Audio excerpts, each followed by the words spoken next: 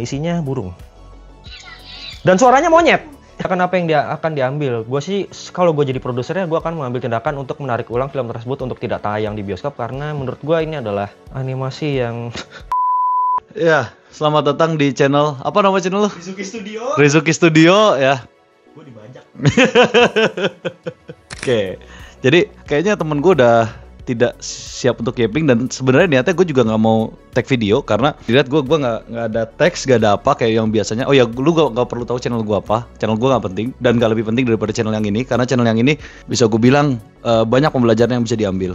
Nah oke, di sini gue mau meluruskan beberapa hal, bukan meluruskan ya, lebih tepatnya menjelaskan lebih detail tentang film ini. Gue nggak mau temen gue tiba-tiba didatengin sama tukang bakso soalnya.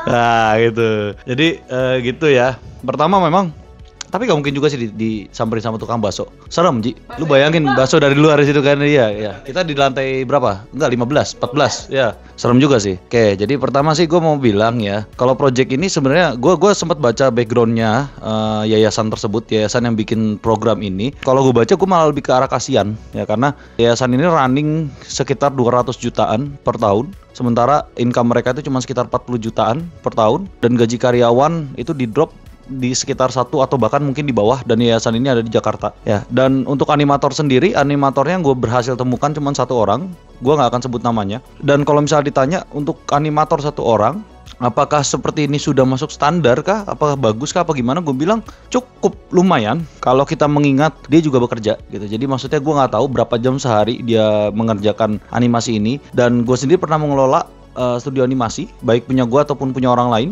yang mereka juga sistemnya kejar tayang sekian menit gitu kan segala macam. Kalau ditanya kira-kira gue bisa nggak ngeregulate yang lebih baik daripada ini, jawaban gue bisa.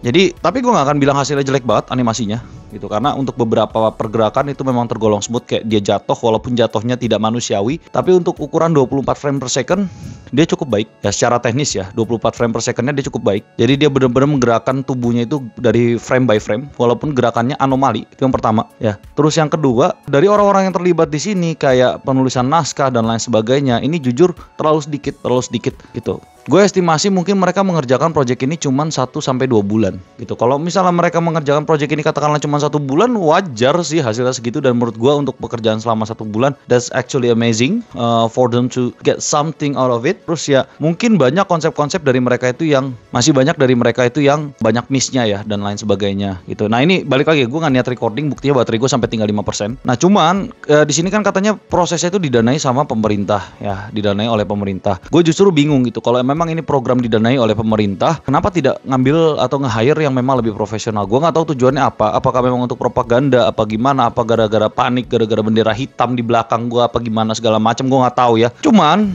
gue sih berharapnya dia bukan sebagai tindakan pidana pencucian uang. Gue lebih berharapnya ini karena kepanikan ya, yang akhirnya mereka nge-hire orang yang belum tentu qualified di sana ya, terburu-buru dan lain sebagainya. Yang jelas buat kita nampilin film di bioskop itu ada proses ya. Yang pertama karena gue juga pernah nanya ya prosesnya gimana waktu itu ke XX1. Caranya simpelnya gue harus tanya dulu standar kualifikasinya gimana, kayak misalnya standar frame rate, standar bit rate dan lain sebagainya, itu harus sesuai dengan standar mereka 24, 30 atau yang berapa segala macam, itu mereka ada standarnya masing-masing. Yang kedua, gue harus bisa secara pasti mendistribusikan data digital ya. Gue lupa namanya apa ya. Jadi DCI apa gitu segala macam lah, gue lupa karena gue nanya itu sekitar tahun 2024 apa 23, gue lupa, kayaknya 23 malah gue tanya itu. Jadi gue harus bisa mendistribusikan itu ke seluruh franchise waktu itu XX1 XX1 ya namanya ya. Nah XX1 di seluruh Indonesia atau negara lain yang memang mau gue tampilin. Jadi itu butuh dana yang luar biasa besar walaupun bentuknya sudah file digital. Terus selain itu juga gue harus cari promotor dan lain sebagainya gitu kan, karena mereka juga ya nanti di situ ada haki, jadi gue harus tanda tangan gitu hakinya berapa persennya, kayak gue buat mereka sekian persen, buat gue sekian persen gitu, itu bisa dibicarakan. Jadi prosesnya itu cukup panjang. Nah untuk trailer itu sendiri memang dia diciptakan sebelum dan memang ini trailer menurut gue agak lambat ya, karena baru muncul sekarang ini. Tapi gak juga sih, ini udah sebulan yang lalu sebetulnya trailernya itu, udah sekitar 1 bulan yang lalu trailernya. Jadi nggak mungkin buat nge-counter bendera hitam kayaknya sih. Cuman ya itu tadi gue bilang, ini terlalu terburu-buru. Kalau bisa sih besok tanggal 14 Agustus kemungkinan gue bakal nonton. Gue coba nonton film ini langsung di bioskop. Gue sih berharapnya ada peningkatan karena dari sebelum sampai tanggal 14 Agustus itu seharusnya mereka masih ada kesempatan walaupun waktunya pendek sekali untuk merevisi apa yang ada di film itu, dan semoga cepat bisa kerjanya segala macam. Karena menurut gue sayang banget gitu. Apalagi sebelumnya kita punya film Jumbo gitu. Apalagi mereka ngeklaim the first 3D animation kah apa. Itu ada juga sebenarnya animasi lain gitu ya. Itu kalau nggak salah Garuda di Dadaku ya. Bukan. Baru ya apa? Apa? Battle of Surabaya. Ya animasi itu. Sama temanya nasionalisme juga gitu. Jadi menurut gue sangat disayangkan.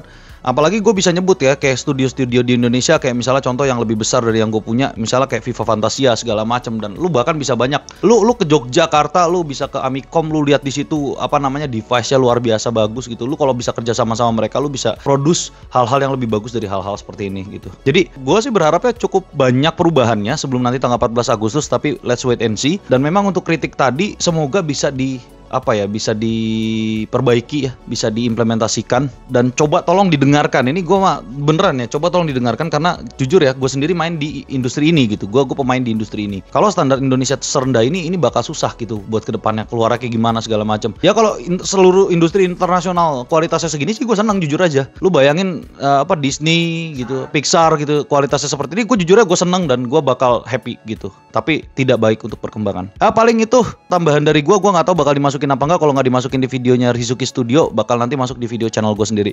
Sekian, out.